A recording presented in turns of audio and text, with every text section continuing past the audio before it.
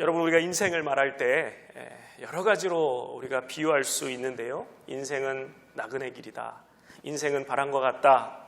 인생은 선물이다. 인생은 미완성이다.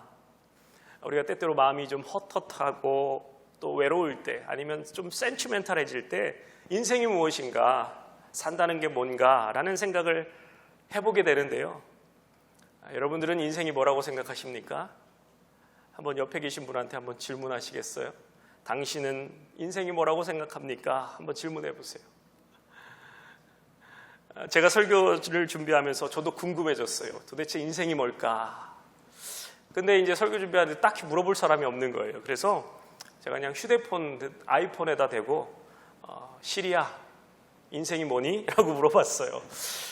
제가 코로나 이후에 이렇게 목양실에서 혼자 있는 시간이 길어지다 보니까 가끔은 제가 휴대폰에 대고 혼자 말을 걸어요. 좀 이상하죠? 상태가 좀 심각한 것 같은데, 아이폰에 있는 시리에게 제가 질문했을 때 이 시리의 첫 번째 반응은 이거였어요. 저 같은 무생물에게 그런 질문을 하시다니. 그래서 제가 다시 질문을 했어요. 인생이 뭐니? 그러니까 시리가 이렇게 대답하는 거예요. 영화 같은 거 아닐까요? 그래서 제가 또 질문 한번 해봤어요. 세 번째 대답은 삶, 태어나서 죽음에 이르는 동안 사는 일 또는 살아 존재하는 현상 유기체의 고유한 특성으로서 철학적 사유의 대상입니다. 이렇게 휴대폰이 대답하는 거예요. 그래서 제가 이제 진짜 마지막으로 한 번 더 질문했습니다. 시리야, 인생이 뭐니? 아주 명쾌한 대답을 제 친구 시리가 해줬습니다. 이런 질문을 한다는 것 자체가 삶, 인생 아닐까요? 이런 질문을 하는 것 자체가 우리가 살아있다라는 의미가 되는 거예요. 멋진 말이죠. 살아있기 때문에 우리가 고민도 하고, 살아있기 때문에 우리가 힘들어도 하고, 살아있기 때문에 질문도 하는 거, 이것이 인생이다. 목사가 인생의 질문을 기도와 말씀을 통해서 찾아야 되는데 휴대폰 기계로 찾으려고 해서 죄송합니다. 오늘 우리가 읽은 히브리서 기자는 우리 그리스도인의 삶을 경주에 비유합니다. 오늘 우리가 그동안 보아왔던 이 믿음의 전당, 히브리서 11장에 나오는 최종 결론과 같은 말씀입니다. 우리 다시 한번 1절 말씀 보시죠. 이러므로 우리에게 구름과 같이 둘러싼 허다한 증인들이 있으니 모든 무거운 것과 얽매이기 쉬운 죄를 벗어버리고 인내로써 우리 앞에 당한 경주를 하며. 먼저는 이러므로라는 단어가 나옵니다. 이러므로는 앞문장과 그 다음 문장을 이어주는 접속사죠. 이러므로 우리가 히브리서 11장을 통하여 많은 믿음의 사람들에 대해서 살펴보았으므로 라는 의미가 되죠. 그리고 또 중요한 한 단어가 더 나옵니다. 경주라는 단어예요. 경주. 우리가 그동안 믿음에 대해서 계속 살펴봤어요. 그리고 이제 결론적으로 믿음은 경주다라고 말씀하는 거예요. 히브리서 기자는 구약에 나오는 많은 믿음의 사람들을 소개한 다음에 믿음은 경주와 같다라고 결론을 내리고 있습니다. 왜냐하니까 믿음의 완성은 어떤 한순간에 이루어지는 것이 아니라 이 기나긴 경주의 과정 전체를 의미하는 것이기 때문입니다. 우리가 앞에서 여러 믿음의 사람들의 예를 보면서 그들에게 있어서 믿음은 그들 안에 있는 어떠한 확신이나 사유화된 정신이 아니었습니다. 믿음은 하나님께서 그들 인생 가운데 찾아오셨고, 그래서 새롭게 제시하는 인생의 방향이었어요. 때로는 더디고 때로는 실패하고 때로는 넘어지지만 하나님께서 보여주시는 그 새로운 푯대를 바라보며 달리고 또 달리는 것, 그것이 믿음이었어요. 여러분, 바울 사도도 마찬가지입니다. 그리스도인들의 삶을 달리기 경주에 비교하곤 했습니다. 고린도전서 9장 24절에 보면은 운동장에서 다름질하는 자들이 다 달릴지라도 오직 상을 받는 사람은 한 사람인 줄 너희가 알지 못하느냐. 너희가 상을 받도록 이와 같이 다름질하라. 또 디모데후서 4장 7절에 보면 나의 선한 싸움을 싸우고 나의 달려갈 길을 마치고 믿음을 지켰으니 라고 말씀하고 있어요. 빌립보서 3장 12절에 보면 내가 이미 얻었다 함도 아니요 온전히 이루었다 함도 아니라 오직 내가 그리스도 예수께 다 잡힌 바 된 그것을 잡으려고 달려가노라. 여러분, 이런 말씀들은 그리스도인들의 삶을 마치 육상 선수들이 달리기 경주를 하는 것과 같다라는 비유입니다.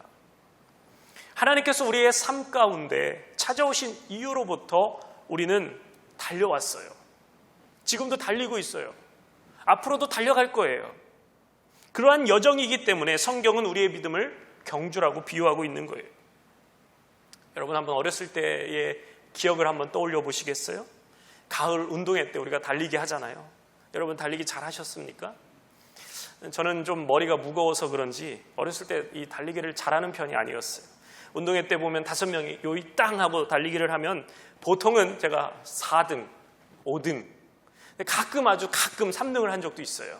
그날은 정말 눈썹을 휘날리면서 제가 뛰었는데 알고 봤더니 2명이 서로 뒤엉켜서 중간에 넘어진 거예요. 그래서 제가 3등을 했습니다.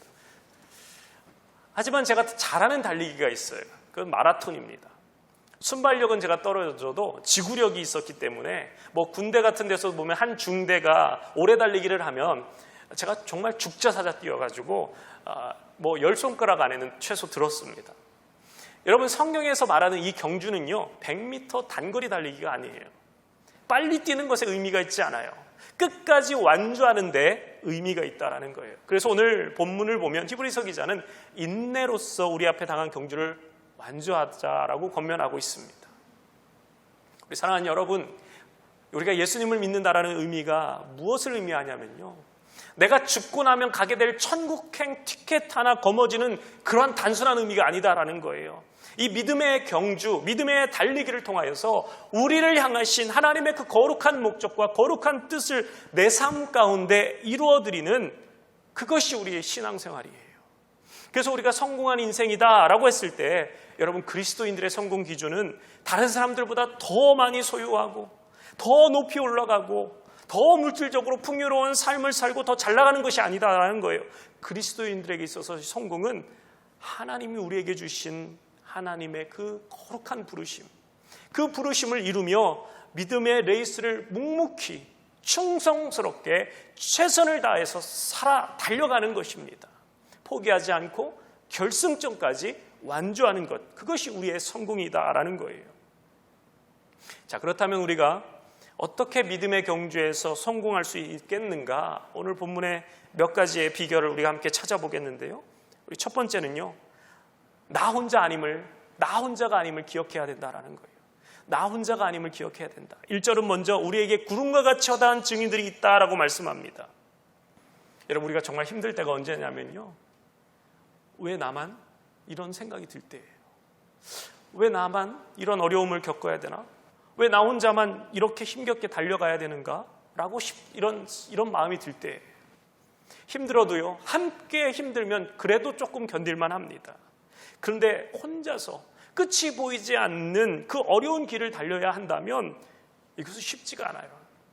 그러다 보니까 스스로가 자기 연민에 빠지게 되고 절망에 빠지게도 됩니다. 믿음이고 뭐고 다 포기하고 싶은 마음이 들 때도 있어요. 그러나 여러분 우리가 속지 말아야 돼요. 결코 나 혼자가 아니다라는 말씀이죠. 믿음의 길을 걸어갔던 수많은 증인들이 있다라는 거예요. 그들은 우리와 같은 성경을 지닌 사람들이었습니다. 우리처럼 힘들 때도 있었고 넘어질 때도 있었고 좌절하는 순간도 있었습니다. 우리가 지금 걷고 있는 이 믿음의 길을 걸었던 그분들, 구름과 같이 둘러싼 허다한 증인들이 우리를 향하여서 응원하고 있다라는 거예요. 당신 혼자 이 길을 걷는 것이 아닙니다. 힘을 내세요. 우리도 승리했는데 왜 당신은 포기하려고 합니까? 그래서 우리의 믿음의 경주는요, 과거와 현재와 미래의 성도들과 함께 가는 길이다라는 거예요. 우리보다 어쩌면 그들이 더 힘들었고 어쩌면 더 무거운 그 고난의 레이스를 마친 그 신앙의 선배들이 우리를 향하여서 박수를 쳐주고 있다라는 말씀입니다. 결코 나 혼자가 아니다. 여러분 성경은요, 우리가 이 땅에서 믿음을 지키며 살아가는 동안에 이렇게 계속해서 격려와 권면을 주고 있습니다. 그만큼 우리는 연약하고 쉽게 넘어질 수밖에 없는 그러한 또 변덕스러운 존재이기 때문이에요. 잘한다, 잘하고 있다, 그렇게만 하면 된다, 조금만 힘을 내자, 이런 여러분 격려의 말, 칭찬의 말들이 우리 모두에게 필요하다라는 거예요. 여러분 마치 마라톤 선수가 아무리 실력이 좋아도 계속해서 코치가 옆에서 힘을 불어넣어주고 관중들이 막 응원을 해줘야만, 그럴 때 포기하고 싶다가도 계속해서 뛸 수 있는 것과 같은 것이죠. 여러분 목사가 강단에 서서 설교할 때마다 서슬이 시퍼러가지고 여러분들에게 소리 버럭버럭 지르면서 여러분 회개하십시오, 여러분 심판받습니다, 이 독사의 자식들아 뭐 이러면서 여러분 맨날 이렇게 설교한다고 생각해 보세요. 그런다고 여러분 우리가 변하는 게 아니에요. 성경도 우리에게 그렇게 말씀하고 있지 않습니다. 성경은요 우리에게 죄를 지적하면서도 항상 위로와 소망의 메시지를 또 주고 있어요. 회복과 치유의 메시지를 함께 말씀하는 거예요. 사랑하는 여러분, 우리가 요즘처럼 이 코로나로 인하여서 우리의 몸과 마음이 지쳐갈 때 서로에게 적극적인 격려자들이 되어줘야 돼요. 아니 코로나 시대뿐만 아니라 우리 신앙의 여정 가운데서 서로에 대한 위로와 격려가 많이 필요하고, 여러분 교회 공동체가 그렇게 함께 서로를 구름과 같이 둘러싸는 그러한 공동체가 되어야 된다라는 거예요. 집에서는 배우자에게, 또 자녀들에게, 또 부모님들에게 그렇게 좋은 격려자들이 되어주시고, 또 교회에서는 교우들에게 그런 격려자가 되어주십시오. 저도 격려가 필요합니다. 여러분 우리 모두에게 이런 칭찬과 격려가 필요하다라는 거예요. 여러분 한마디의 칭찬과 격려가 지친 영혼의 심장을 다시 뛰게 만들 수 있어요. 다 죽어가던 사람을 그 자리에서 벌떡벌떡 일어나게 만들 수 있어요. 히브리서 기자는 11장에서 믿음의 선배들에 소개한 후에 우리에게 자 봤지? 너희들도 이렇게 살아 라고 말씀하는 것이 아니에요. 성도 여러분, 이와 같이 엄청난 기라성과 같은 사람들이 여러분을 응원하고 있습니다. 여러분과 같이 호흡하고 있고, 함께 눈물을 흘리고 있고, 함께 아파하고 있고, 함께 기뻐하며 함께 끝까지 달려가고자 합니다. 힘내십시오. 이 말씀을 하려는 거예요. 우리 사랑하는 성도 여러분, 결코 나 혼자가 아님을 기억하시기 바랍니다. 두 번째 믿음의 경주를 성공할 수 있는 중요한 비결은요, 바로 인내입니다. 인내. 우리가 3절까지는 읽진 않았지만 각 절에 보면 반복하는 의미의 단어가 있어요. 영어로 보면 좀 더 편할 것 같은데 1절에 보면 Let us run with endurance. 또 2절에 보면 십자가를 참으사에 해당하는 He endured the cross. 또 3절에 보면 죄인들이 이같이 자기에게 거역한 일을 참으사 He endured from sinful people. 여러분 1절에서 3절 계속해서 반복되는 단어가 endurance, 오래 참음, 인내입니다. 인내. 여러분 이 믿음의 레이스를 잘 달리되 어떻게? 끝까지 포기하지 말고 인내로서 길이 참고 또 참으면서 이 레이스를 완주하라는 거예요. 여러분 사실은요 우리가 달리기 할 때 이 인내만 필요한 게 아니죠. 참는 것만 중요한 것이 아니라 순발력도 중요하고 스피드도 중요합니다. 그런데 오늘 히브리서 기자는 다른 어떤 것보다도 오직 인내만 강조하고 있어요. 포기하지 않는 것. 왜 그렇다고요? 우리 믿음의 경주는 단거리 경주가 아니라 장거리 경주이기 때문에. 마라톤 선수에게 필요한 것은 순발력도 스피드도 아닌 인내죠. 인내. 포기하지 않는 것. 호흡을 조절하고 또 힘들어도 버티면서 견디고 참아내는 것. 그러다 보면 출발선에서 출발이 좀 늦었다 할지라도, 중간에 실수해서 넘어졌다 할지라도, 길을 잘못 들어서 잠시 딴 길로 샜다 할지라도 아직 기회는 남아있다라는 거예요. 우리의 믿음의 경주는 장거리 경주이고 인내와 끈기를 요구하는 경주이기 때문에, 완주가 목적이기 때문에, 여러분 그 마라톤 대회를 이렇게 출전해 보신 분들은 아실 것 같은데요. 정말 이렇게 뛰다 보면은 그 체력의 한계를 느끼죠. 정말 힘들 때, 정말 그 앞이 정말 노래지고 정말 머리가 텅 빈 것 같아집니다. 그러면서 그런 생각이 들어요. 나는 누구? 여기는 어디? 내가 지금 왜 뛰고 있지? 결승점까지 꼭 가야 되나? 벌써 어떤 사람은요 뛰다가 그냥 걷고 있어요. 포기하고 있어요. 어떤 사람은 벌써 주저앉아 있어요. 그러면서 옆에서 그럽니다. 살살이요. 뭐하러 뛰어? 정말 그 말을 들으면 나도 그냥 다 포기하고 싶어져요. 마찬가지라는 거예요. 여러분 우리에게 주어진 믿음의 경주를 뛰다 보면요 지칠 수가 있어요. 정말 내가 이렇게 뛰는 것이, 이렇게 달려가는 것이, 이렇게 살아가는 것이 맞는 것인가 싶을 때도 있습니다. 가도 끝이 없는 것 같아요. 숨이 턱턱 막히고요. 다 포기하고 싶고 도망가고 싶을 때가 한두 번이 아니에요. 그러나 오늘 성경은 뭐라고 말합니까? 포기하지 말라. 인내로 경주하라. 그동안 우리가 살펴본 11장의 믿음의 선진들, 기라성과 같은 믿음의 사람들이었어요. 아벨, 에녹, 노아, 아브라함, 야곱, 요셉. 우리가 감히 흉내낼 수조차 없었던 그런 믿음의 사람들 같지만 우리가 살펴본 결과로는 그들도 실패하였고 그들도 좌절했고 시행착오도 참 많이 했습니다. 하지만 그들에게 있어서 중요한 한 가지가 있었는데 그것은 뭐냐면 믿음의 경주를 인내로서 이겨냈다라는 사실이에요. 우리 사랑하는 성도 여러분, 우리 성도님들 중에도 어떤 분들은 정말 지금 그 끝없는 인내의 시간을 보내야 되는 분들도 있습니다. 가도 가도 끝이 없는 그 시간, 오르막길을 오르면서 숨이 헐떡헐떡거리고 정말 이대로 모든 그 경주를 다 포기하고 싶은 그런 분들, 그냥 그대로 주저앉고 싶은 분들이 있어요. 그러나 오늘 성경은 분명히 말씀해요. 포기하지 말라. 조금만 더 힘을 내고 버텨봐라. 여러분, 버티고 버티다 보면 그 다음에는요, 언덕 다음에 뭐가 있어요? 내리막길이 있다라는 거예요.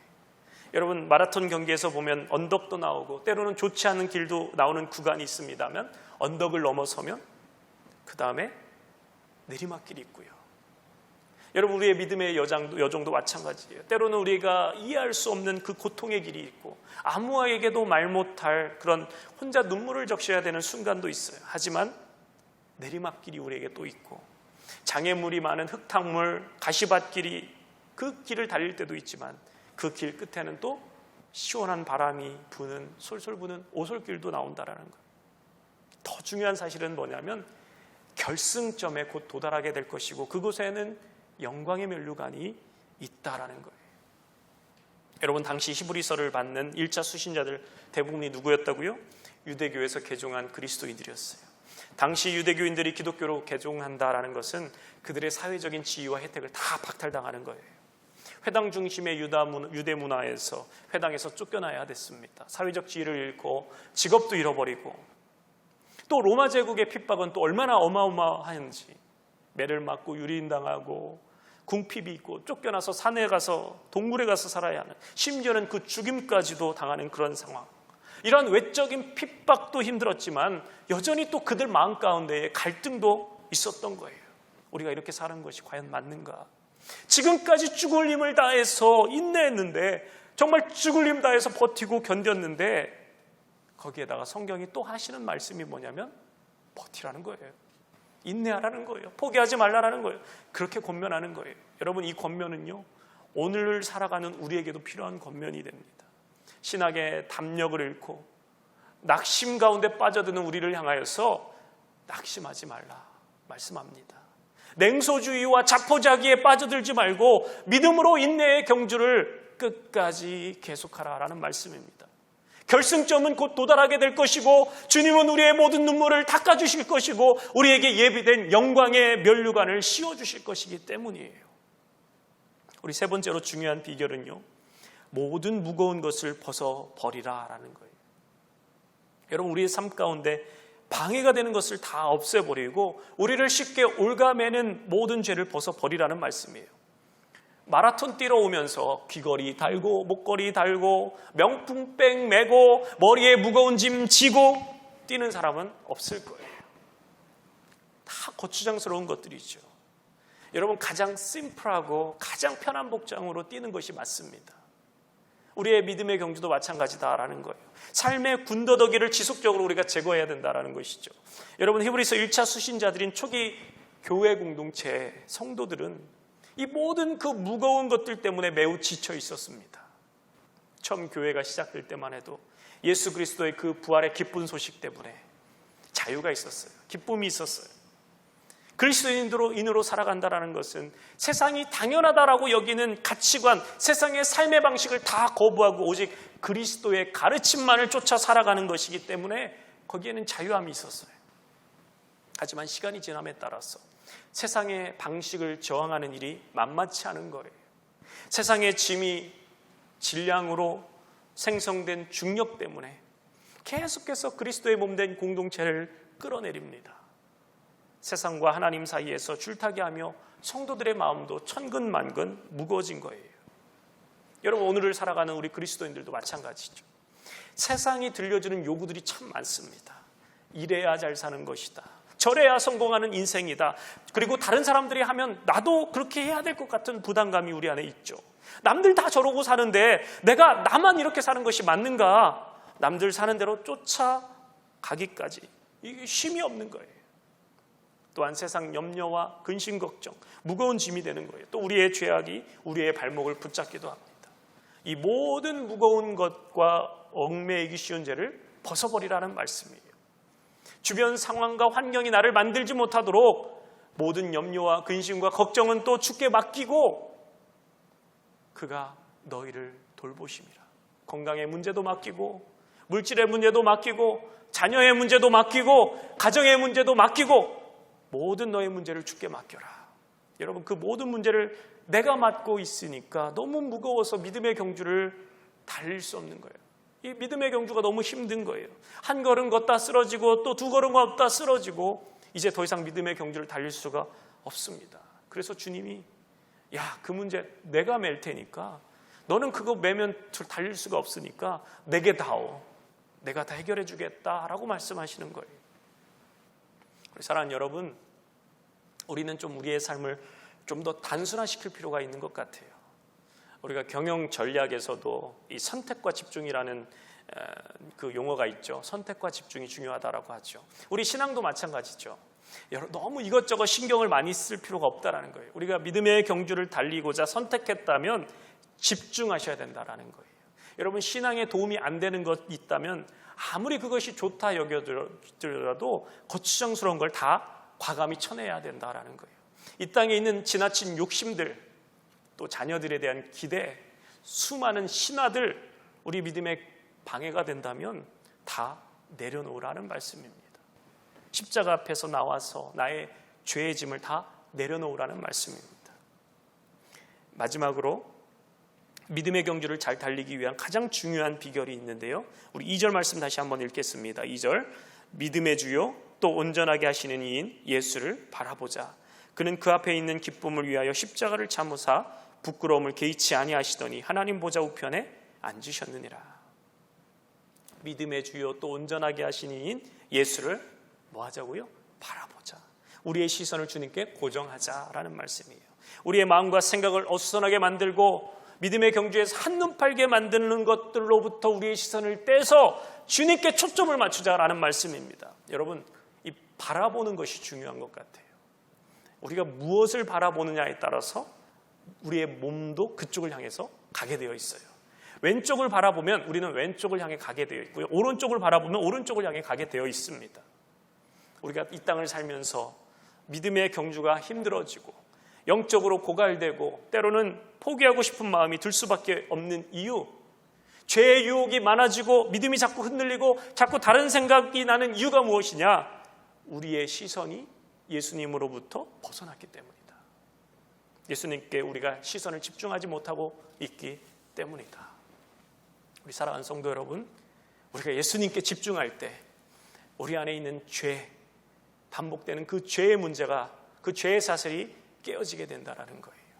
때로는 무기력하고 때로는 낙심할 때도 있지만 우리가 예수님께 시선을 고정하기만 하면 모든 상황 가운데서 넉넉히 이기게 되는 줄로 믿습니다. 왜냐하면 주님 안에 모든 것이 다 있기 때문이에요. 저희 둘째 아이가요, 완전히 마마보이예요. 마마보이. 엄마밖에 모르는 마마보이. 하루에도 수십 번, 할 줄 아는 말은 엄마밖에 없어요.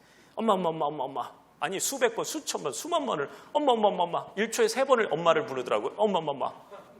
그리고 잠시도 엄마랑 떨어지는 걸 거부합니다. 덕분에 저는 참 좀 편한데요.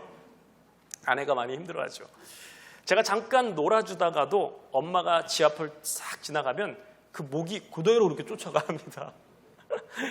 엄마가 자기 시야에서 다 사라질 때까지 엄마를 향한 그 간절한 눈빛을 보내고 있는 거예요.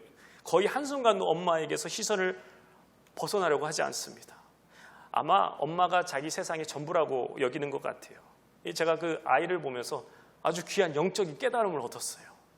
우리가 예수님을 세상의 전부라고 여기고 항상 주님께 그 시선을 고정하고 하루에도 수십 번, 수백 번, 수천 번 주님 우리가 이런다면 그렇게 넘어질 일도 없을 텐데. 여러분, 2절의 말씀을 헬라어 원어적 의미로 이렇게 해석하면, 표현하면 이렇습니다. 믿음을 시작하시고 믿음을 완전케 하실 예수를 바라보자. 여러분, 우리가 처음에 내가 예수님 믿어야지 해서 믿음 가진 것이 아니었어요. 주님께서 우리에게 믿음을 선물로 주셨어요. 그러니까 믿음의 시작이 바로 예수님이셨어요. 뿐만 아니라 그 믿음에서 우리가 떠나지 않도록 우리 안에 성령께서 내주하셔서 우리를 도우시고 우리를 자라게 하시고 우리를 열매를 맺게 하시고 마침내 그 모든 과정을 통해서 우리의 믿음을 완성하실 분도 예수 그리스도. 그렇기 때문에 우리가 그분께만 우리의 시선을 집중하는 것이 중요하다. 물론 우리의 시선은요, 본능적으로 주님이 아닌 다른 것들을 향하게 되어 있어요. 하지만 자꾸 우리의 시선이 다른 곳을 향한다 하더라도 다시 우리의 시선을 주님께 고정하는 거예요. 그리고 인내로서 우리에게 주어진 믿음의 경주를 달려야 되는 거예요. 그리고 마침내 그 파이널 데스티네이션의 결승점에서 우리가 주님을 만나게 될 때 주님과 같은 그 고백, 주님 다 이루었습니다 라는 고백을 할 수 있어야 하겠습니다. 여러분, 우리는 바로 이 믿음의 코스에, 믿음의 레이스에 초대받은 사람들이에요. 저와 여러분 모두가 정말 이 세상에서 그저 그런 인생, 남들 사는 대로 막연하게 일반적인 삶을 사는 인생이 아니라 남들 보기에 안정되고 부유하고 성공한 것 같은 그러한 인생을 사는 것이 아니라 하루 하나님의 그 거룩한 부르심을 쫓아 살아가는 인생, 하나님께서 우리에게 주신 사명을 이루어드리는 그 인생 되시기를 축원합니다. 사랑하는 여러분, 우리가 아직 호흡이 있고 우리가 아직 생명이 있다면 그것은 여러분을 향한 하나님의 부르심 때문이에요. 내 삶의 이곳이 하나님의 부르심이에요. Here and now. 이곳이 하나님의 부르심이에요. 하나님 어디 계십니까? 내가 살고 있는 우리 가정 가운데 함께 계시고, 내가 힘겹게 일궈가는 내 사업터와 직장 가운데 함께 계시고, 혼자 외롭게 힘들어하는 골방에 우리 하나님 함께 계시죠. 우리가 여러분 아무리 믿음 시리즈를 지금 4달 동안 설교를 듣고 마음의 다짐을 하고 결단을 한다 하더라도 여러분, 우리는 지금까지 그래왔듯이 앞으로도 수없이 무너지고 넘어지고 자빠지고 좌절에 빠질 거예요. 우리의 마음이 무너져 내릴 거예요. 그러나 여러분, 그 넘어짐을 부끄러워하지 마세요. 실패했다고 포기하지 마세요. 주님은 우리가 넘어진 그 자리에도 함께 하시는 줄로 믿습니다. 넘어진 그 자리에서 우리를 다시 일으켜 세워주실 거예요. 다 끝났다라고 생각이 들 때도, 모든 것을 포기하고 싶을 때도 우리가 기억해야 돼요. 그때가 우리는 주님 앞에 더 나아가야 될 때다. 힘들고 좌절할 때마다 우리가 더욱더 주님을 붙잡을 때다. 여러분, 넘어질 때마다 우리는 더욱더 하나님의 자비와 은혜를 구하는 거예요. 하나님의 긍휼을 구하는 거예요. 주님, 저 정말 이거밖에 안 됩니다. 주님, 저는 이렇게 연약합니다. 주님, 저를 좀 불쌍히 여겨주십시오. 하나님의 은혜를 구합니다. 저 아무것도 아닙니다. 주님, 주님 없이는 제 인생 아무것도 아닙니다. 그래서 더욱더 주님이 필요합니다.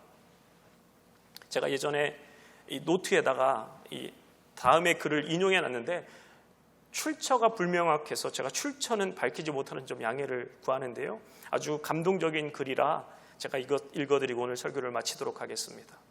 제목은 누가 묻거든입니다. 누가 묻거든. 누가 우리 보고 도대체 당신이 예수 믿어서 얻은 것이 무엇이요? 건강을 얻었소? 출세를 얻었소? 재산을 모았소? 자식이 성공했소?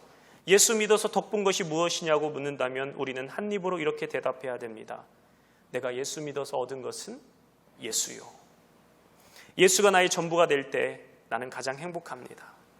예수가 나의 삶의 주인이 될 때 나의 삶은 예수의 기적으로 채워질 것입니다. 예수 그리스도가 나의 전부가 되면 고난과 핍박 속에서도, 심지어 실패 속에서도 좌절하지 않습니다. 세상이 감당하지 못하는 사람이 됩니다. 이 세상에서 가장 위대한 사상은 예수를 생각하는 것입니다. 가장 위대한 지식은 예수를 아는 지식입니다.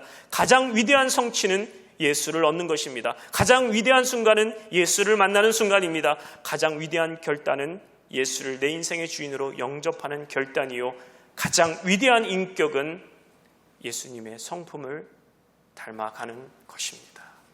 여러분도 아멘이십니까?